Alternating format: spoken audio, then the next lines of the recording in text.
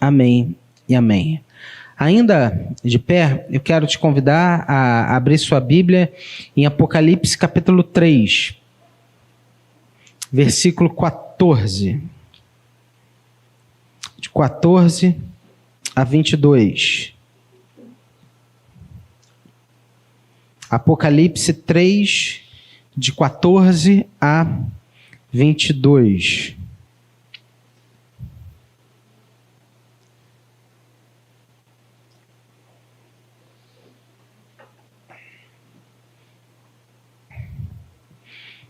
Ao anjo da igreja em Laodiceia escreve: essas coisas diz o Amém, a testemunha fiel e verdadeira, o princípio da criação de Deus. Conheço as tuas obras, que nem és frio nem quente. Quem dera fosses frio ou quente. Assim, porque és morno e nem és quente nem frio, estou a ponto de vomitar-te da minha boca. Pois dizes: estou rico e abastado, e não preciso de coisa alguma. E nem sabes que tu és infeliz, sim, miserável, pobre, cego e nu. Aconselho-te que de mim compres ouro refinado pelo fogo, para te enriqueceres, vestiduras brancas para te vestires, a fim de que não seja manifesta a vergonha da tua nudez, e colírio para ungires os olhos, a fim de que vejas. Eu repreendo e disciplino a quantos amo. Sê, pois, zeloso e arrepende-te. Eis que estou à porta e bato. Se alguém ouvir a minha voz e abrir a porta, entrarei em sua casa e cearei com ele e ele comigo. Ao vencedor, dar-lhe-ei sentar-se comigo no meu trono, assim como também eu venci e me sentei com meu Pai no seu trono. Quem tem ouvidos, ouça o que o Espírito diz às igrejas. Amém. Você pode se assentar?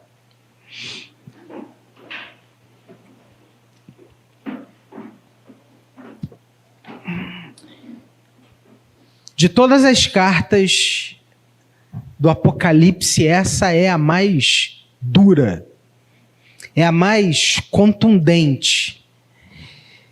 Jesus, ele não faz nenhum elogio a essa igreja. E eu acho muito chamativa a maneira como ele se apresenta nessa carta. Ele se apresenta dizendo: essas coisas diz o Amém. O que significa Amém, gente? Amém significa tudo bem? Amém significa não sei? Amém significa o quê? Que assim seja. Ou seja, assim diz o assim seja. Forte isso, né? Aquele que age, faz e decide, aquele que tem todo o poder nas suas mãos. Esse, que é o Senhor Jesus, ele não faz elogio nenhum a essa igreja. Na verdade, a única coisa boa em Laodiceia era a opinião que ela tinha acerca de si mesma. E ainda assim era uma opinião falsa. Laodiceia foi uma cidade fundada em 250 a.C. Era uma cidade muito bem localizada, importante por conta da sua localização, porque ela ficava no meio de grandes rotas comerciais. E por isso, por haver um grande tráfego de pessoas, aquela era uma cidade rica. O dinheiro circulava, os negócios circulavam por ali. A igreja, ela tinha a cara da cidade. E por ter a cara da cidade, ela perdeu a capacidade de ser sal e luz naquela cidade. Ela era uma igreja que queria se contextualizar tanto que perdeu a essência do evangelho. Uma igreja que tinha uma estética uma igreja abundante em recursos. Os crentes, eles tinham uma aparência fantástica, porém, eles, segundo um estudioso da Bíblia, eles eram frouxos, eles eram apáticos. John Stott, quando faz um estudo sobre esse texto, ele ressalta a chancela que Deus dá a essa igreja. Vocês são populares, vocês estão satisfeitos com a prosperidade de vocês, vocês estão orgulhosos dos seus membros ricos, mas a religião de vocês é um simulacro, é uma aparência. Aquela cidade, ela se destacava por algumas características. Como eu falei, além de ser uma cidade rica, ela era um centro bancário e financeiro muito forte. Havia ali uma forte indústria de tecidos. Era também um centro médico de grande importância e também a cidade de Laodiceia era um centro de águas térmicas. Aquela região, ela era formada por 3 cidades: Colossos, Hierápolis e Laodiceia. E em Colossos ficava as fontes de águas frias. Em Hierápolis havia a fonte de água quente, que no seu curso sobre o planalto se tornava morna.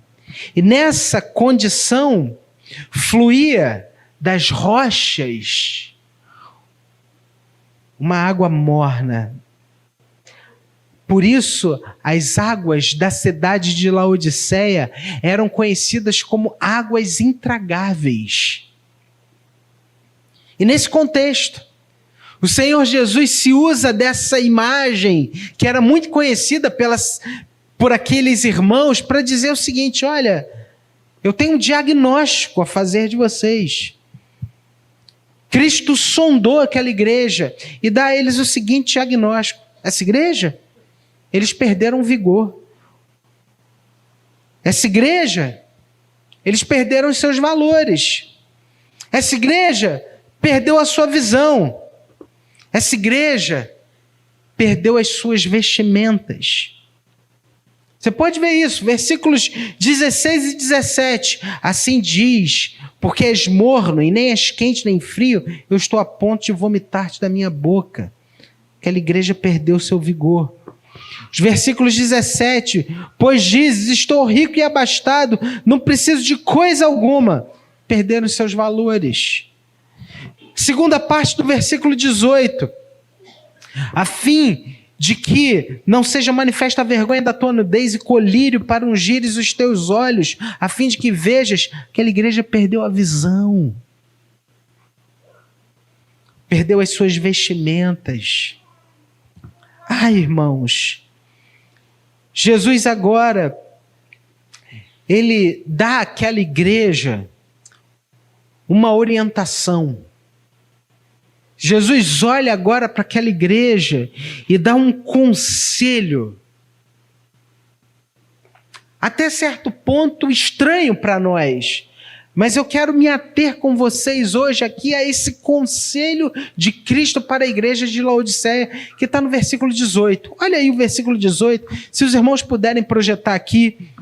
Olha o conselho de Cristo para a igreja de Laodiceia: aconselho-te que de mim compres ouro refinado pelo fogo para te enriqueceres, vestiduras brancas para te vestires, a fim de que não seja manifesta a vergonha da tua nudez, e colírio para ungires os olhos, a fim de que vejas.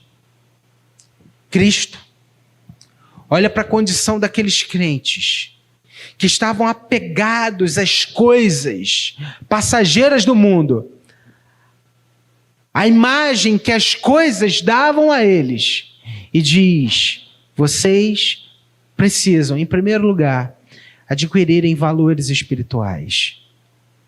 Esse é o primeiro conselho de Cristo à igreja de Laodiceia. Vocês perderam seus valores.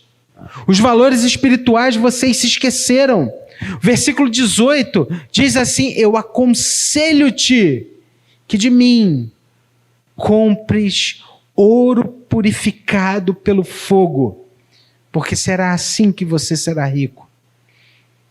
O dicionário Aurélio define valores como sendo as normas, princípios ou padrões sociais aceitos ou mantidos por indivíduos, classe, sociedade, etc. Quais devem ser os nossos valores, irmãos? Ao que a gente precisa e devemos nos apegar? O texto, ele mostra aqui para nós que o nosso tesouro deve ser as coisas celestiais, os valores do reino, os valores do céu.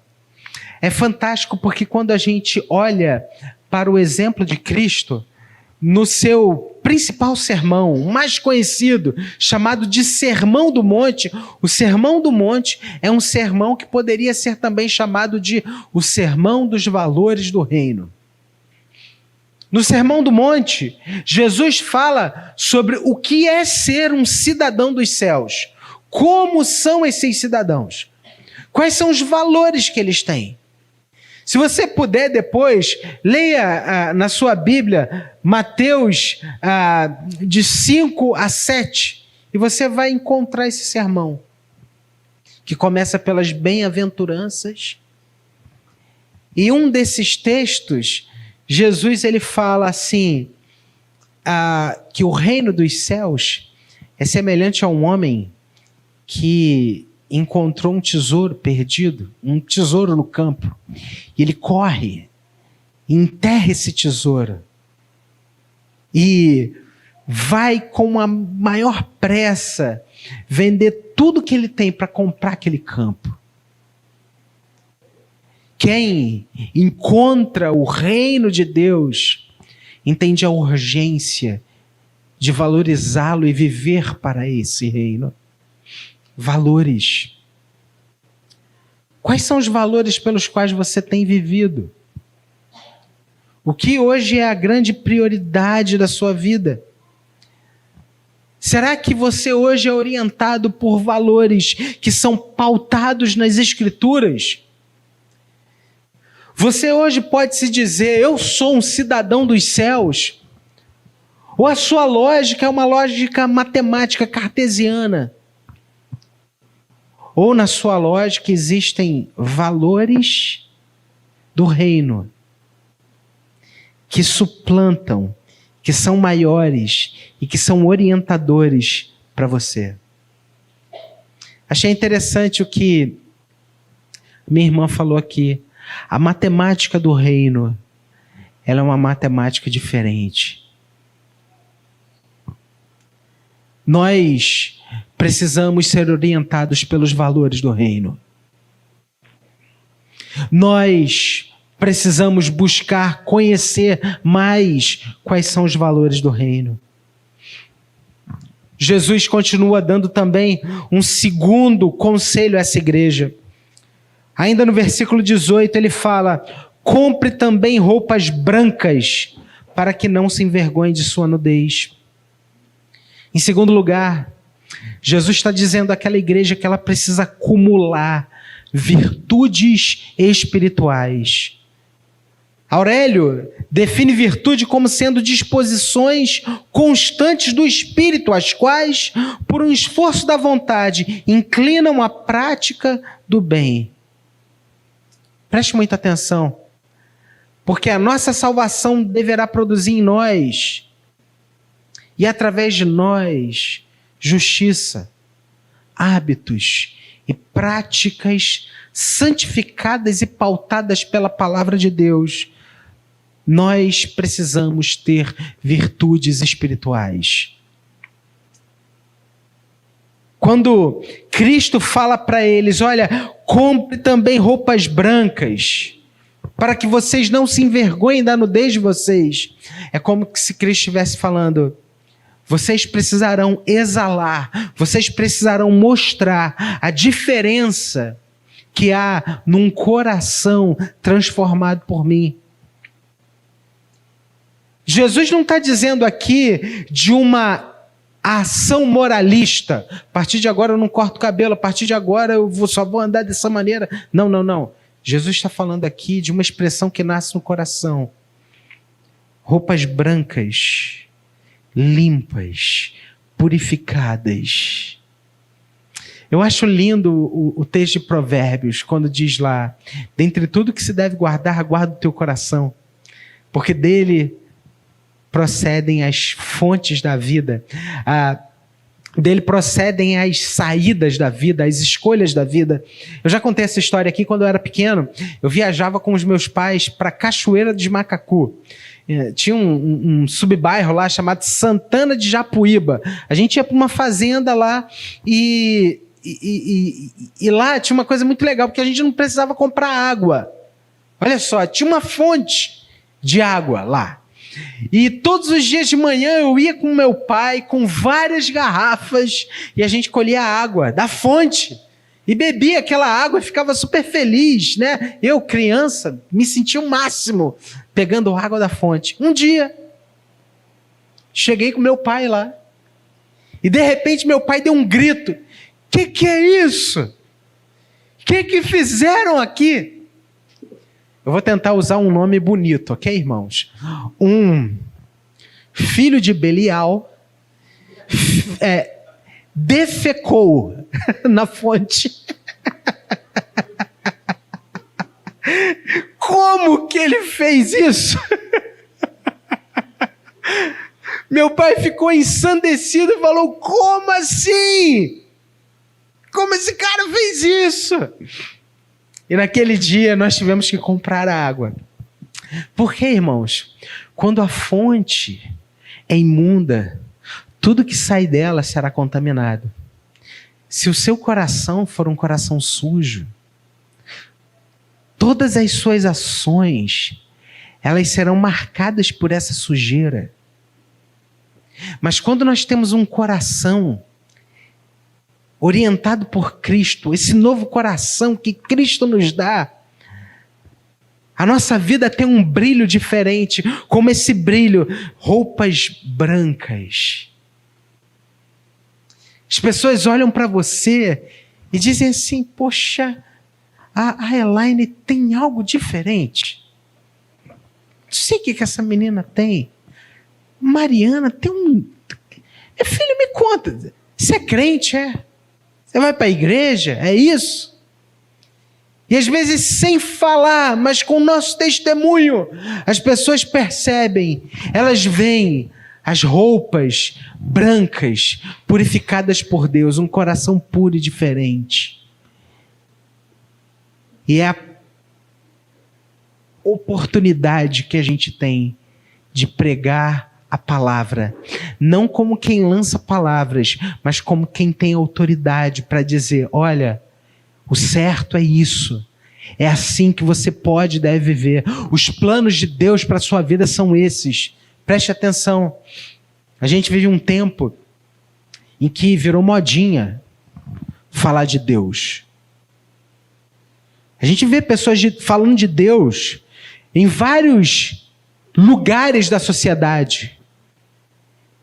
Ah, Deus, Deus, Deus. A Bíblia diz que até os demônios creem e tremem, sabem que Deus existe. Mas a gente precisa ter a Cristo no coração. Porque apenas dizer que Deus existe não é o suficiente.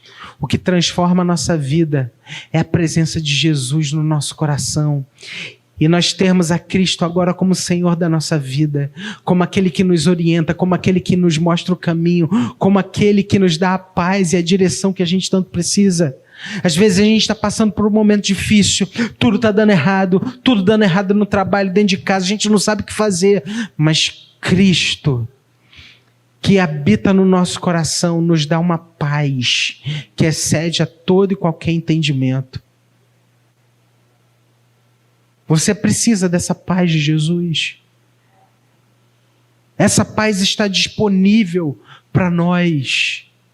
Basta nós reconhecermos aquele que bate a porta do nosso coração e abrirmos essa porta e deixarmos ele entrar e cear conosco. O texto fala sobre isso. Jesus, ele continua e ele nos dá um terceiro conselho. E eu, como bom presbiteriano, quero explicar esse conselho para você, porque ele é, até certo ponto, um pouco perigoso da gente falar. Mas o versículo 18, ele fala assim: compre também, 3 pontos, colírio, para aplicar nos olhos, a fim de que você enxergue. Cristo dá um terceiro conselho. Nós precisamos almejar. Nós precisamos almejar uma visão espiritual. Vou tentar melhorar. Nós precisamos almejar ver a vida com os olhos da fé. Nós precisamos buscar isso. Porque, entenda algo muito sério que eu quero dizer para você. Às vezes a gente está diante de um problema e sabe o que a gente vê? Problema. Às vezes dentro de casa está faltando paz e sabe o que você vê? Briga. Às vezes seu marido chega em casa e deixa a toalha molhada em cima da cama e o que você vê? Discussão. Só que nós podemos começar a olhar os problemas com outros olhos. A pessoa foi mandada embora de um emprego. Eu posso ficar extremamente triste por conta disso, mas eu posso tentar entender qual é o direcionamento que Deus quer me dar nesse novo momento da minha vida. Olhar a vida com os olhos da fé. Aquele problema de discordância entre pessoas. O que Deus quer me mostrar com isso? Talvez haja algo errado aqui dentro de você. E essa incompatibilidade seja o start para que você reconheça o que está errado aqui dentro. Ver a vida com os olhos da fé. Senhor, qual é a direção que o Senhor tem para mim? Essa semana, uma amiga minha, a gente até orou por ela hoje, foi diagnosticada com um tumor de 12 centímetros. Eu falei assim, Senhor, que isso? E vai precisar fazer uma cirurgia às pressas. Eu disse, Pai, que essa seja uma oportunidade de nós vermos a vida com os olhos da fé. Às vezes a gente vê problema e a gente só enxerga problema. Mas a gente pode passar pelo problema com os olhos da fé, tendo a visão correta. Jesus chama aquela igreja a comprar colírio para aplicar nos olhos, a fim de poderem enxergar. Visão, segundo Aurélio, é a maneira de compreender, de perceber as situações da vida. E a nossa salvação, ela deverá nos fazer enxergar o mundo com os olhos da fé. Romanos 1,17 fala sobre isso. Afinal, tudo que não provém da fé é pecado. Nós devemos enxergar as pessoas com os olhos da fé. Deixa eu dizer uma coisa para você. Talvez você só reclame das pessoas.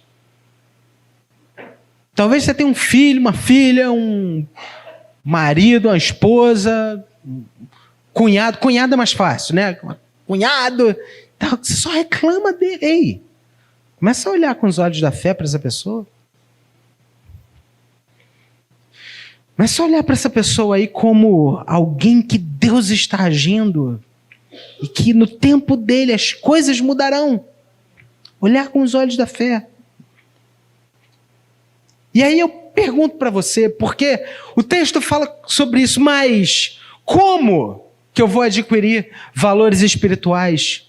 Como que eu vou acumular virtudes espirituais? Como que eu verei a vida com os olhos da fé? Jesus mostra isso para a igreja nesse texto. Olha o que diz o versículo 19. Eu corrijo e disciplino aqueles a quem eu amo. Por isso seja zeloso e se arrependa.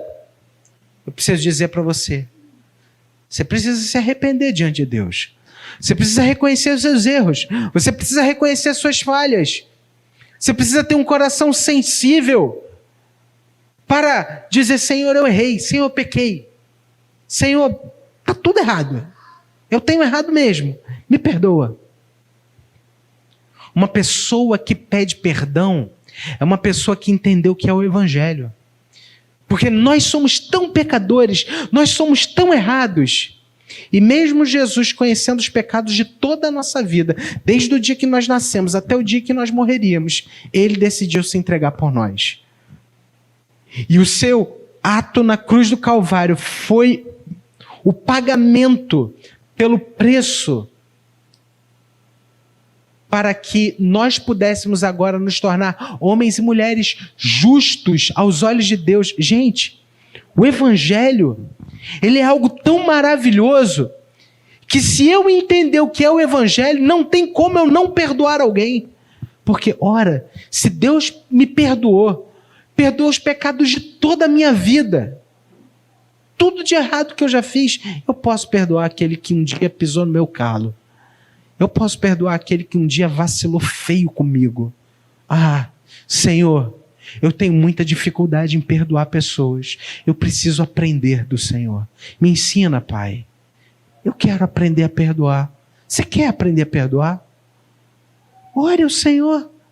Porque eu tenho certeza que o Senhor vai te ensinar a perdoar aqueles que são difíceis de serem perdoados. Esse é o projeto, o propósito de Deus para você. Arrependa-se diante de Deus. Eu corrijo, eu disciplino. Quem? Quem eu odeio? Não, aqueles que eu amo. Por isso seja zeloso e se arrependa. Aceite a misericórdia severa de Deus. Se curve diante do Pai. Busque a alegria que vem do Senhor. Busque a sua graça. Arrependa-se do seu orgulho, da sua autonomia, da sua falta de fé. Você precisa de Deus. Há uma segunda orientação que Jesus dá à igreja. E Jesus é claro aqui. Ele diz: abra a porta do seu coração. Abra a porta do seu coração. Eu vou dizer uma coisa para você. Que aqui a gente não está falando no aspecto soteriológico, ou seja, no que diz respeito à salvação. Mas eu vou te dar um exemplo. Todos os dias, de manhã, eu tenho uma luta. Eu acordo, sento no sofá da sala, do lado do sofá tem uma mesinha com a Bíblia, uns devocionários. Eu olho para aquilo, eu olho para o controle da TV e eu faço uma escolha.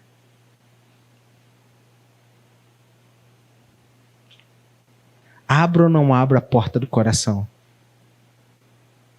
Está entendendo? Eu não estou falando aqui da salvação. Que a salvação é um dom de Deus, é um presente de Deus. Deus me presenteou com a salvação. Eu não estou falando de salvação aqui. Eu estou falando de busca, de intimidade, de comunhão, de aprofundar. Sabe? Às vezes a gente está vivendo uma vida aqui, ó, na superfície, na borda. E Deus quer que a gente mergulhe fundo. Talvez você esteja assim hoje. Eu estou vivendo na borda. Mas Deus está te chamando mais para fundo. por uma vida mais profunda com Ele. Por isso, Jesus diz no versículo 20, eu estou à porta e bato, se você ouvir a minha voz e abrir a porta, eu entrarei e juntos faremos uma refeição como amigos. Nós vamos passar um tempo juntos e é incrível porque toda manhã eu ouço Jesus batendo na minha porta e às vezes eu não abro a porta. Às vezes eu pego o controle da TV. Às vezes eu pego o maldito celular. Ontem, na reunião de oração no PG dos jovens, a Renata trouxe uma palavra que eu achei muito legal. Foi uma bênção. Os nossos jovens têm se reunido. A gente tem uma célula que acontece uma vez por mês, num sábado. E você que é jovem, você está convidado a participar. É muito legal, é sempre na casa de uma pessoa, é sempre um tempo muito legal. E a Renata chegou e falou assim, ó, pega aí teu Instagram. Aí todo mundo pegou o Instagram, aí escreve aí na lupinha, tempo de uso. Aí todo mundo escreveu tempo de uso, aí mostrou o tempo de uso diário do Instagram. Aí todo mundo assim, caraca, o meu deu 2 horas. Outro assim, o meu 1h30. 1h30. Você sempre vai ter tempo para fazer aquilo que você ama. Abra a porta do seu coração. Meu irmão e minha irmã, guarda uma coisa.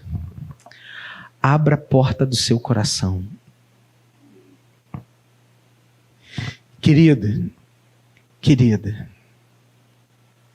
se você hoje não guardar nada do que foi falado aqui, guarde isso. Eu preciso abrir a porta do meu coração. Você pode repetir isso comigo? Eu preciso abrir a porta do meu coração. Gente, o Senhor bate. O que é mais legal é isso, gente. É que Deus bate, Jesus bate. Jesus nunca chega assim e fala, quer saber? Enjoei do Rafael. Não vou mais bater na porta do coração dele. Não. Jesus amanhã vai chegar lá e vai, ó. Irlene. Cansei da Irlene. Não. Jesus nunca vai fazer isso. Ele vai bater. Glauco. Glauco. Esqueci de você. Não, jamais. Jesus vai bater. Porque Ele não desiste de nós. Jamais. Nós precisamos prestar atenção. Eis que eu estou. Preste atenção. Nós precisamos ouvir a sua voz. Estou à porta e bato. Se você ouvir a minha voz, nós precisamos abrir o coração. Ele diz, abrir a porta. Nós precisamos colocar a vida em ordem. Sabe o que Jesus diz? Entrarei e juntos faremos uma refeição. Nós precisamos interagir com o Senhor. Nós vamos fazer uma refeição entre amigos. Preciso te contar uma coisa. Além aqui da igreja, eu dou aula no seminário e trabalho na Agência Presbiteriana de Comunicação, que é a APECOM. E algum tempo atrás, nós precisamos fazer uma migração de servidores de todas as contas de e-mails da Igreja Presbiteriana do Brasil. E assim, eram tipo 1.500 e-mails. E assim, e-mails com informações muito importantes, coisas assim muito sérias, relevantes, documentos, mensagens. Poxa, assim, você imagina, todas as autarquias da igreja, pastores de todo o Brasil e tal. Isso ficou sobre a minha responsabilidade. Gente, teve uma noite que eu perdi o sono. Eu falei, rapaz, isso vai dar problema. Isso vai dar problema, não vou dar conta. E uma equipe grande trabalhando comigo, tal, eu preocupadíssimo. E aí eu fui orar por esse negócio. Falei, Senhor, Me ajuda. E sabe quando você ouve? E aí, gente, vamos falar como bom presbiteriano mesmo. Ouve a voz de Deus falar com você assim. Por que você está preocupado? Por quê? Você se esqueceu que eu te amo?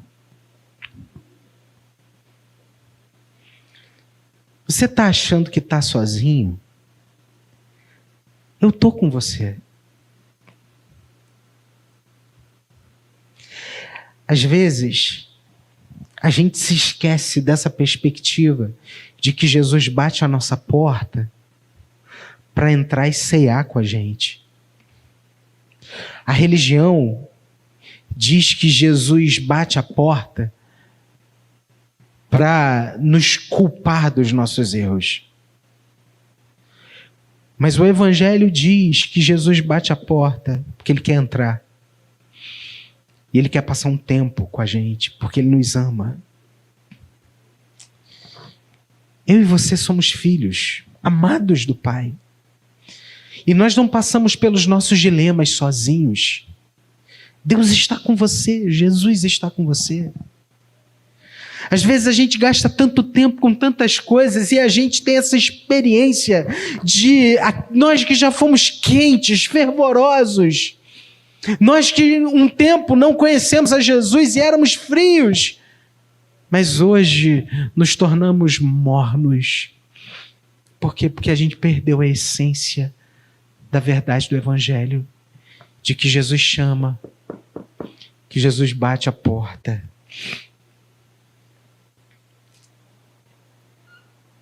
Como está hoje o seu coração?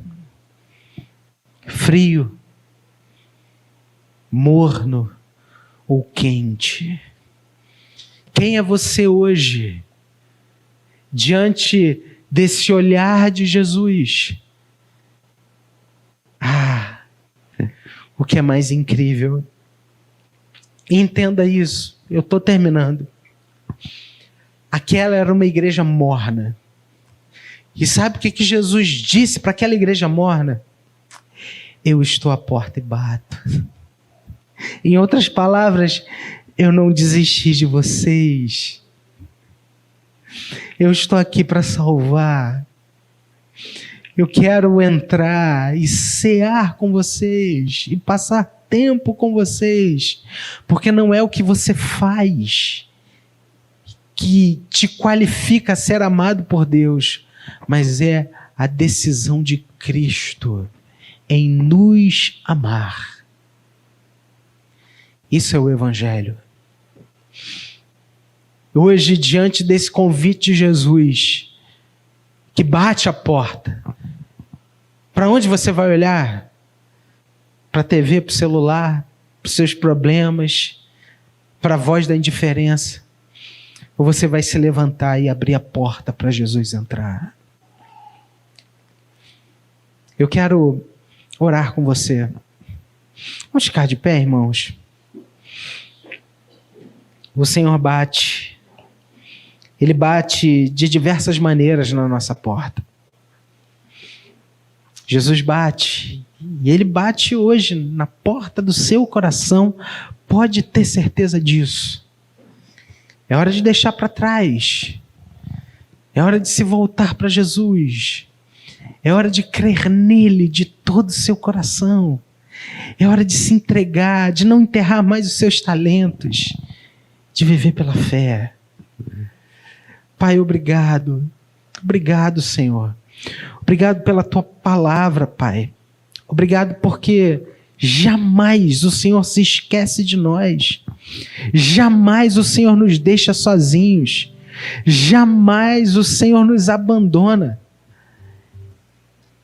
E quando nós olhamos para esse texto hoje aqui, aquela igreja que era uma igreja cheia de si,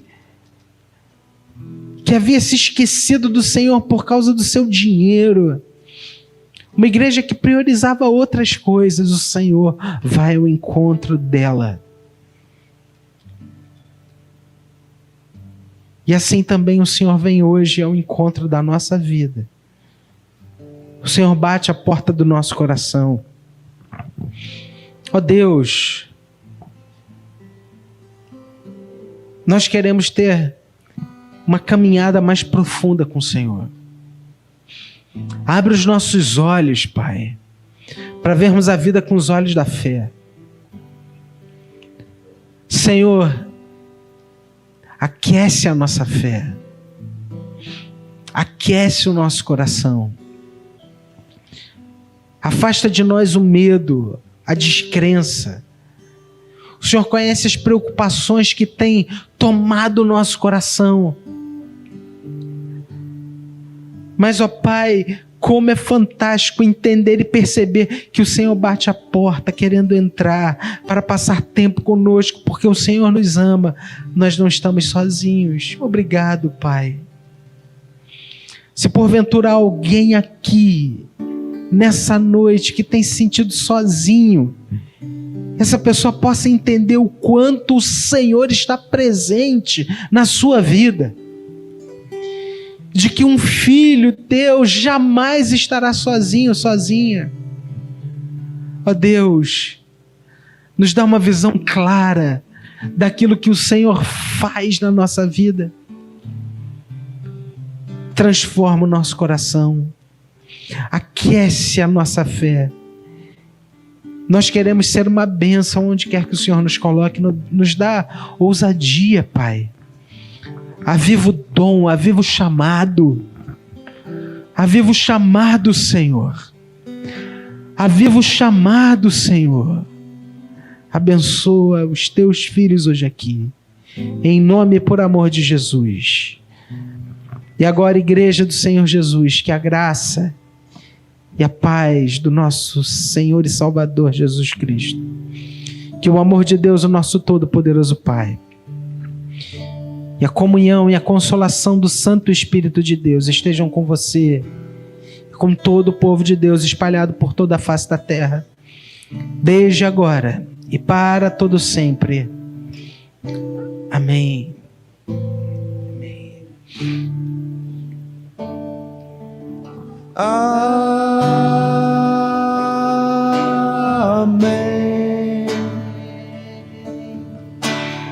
Amém.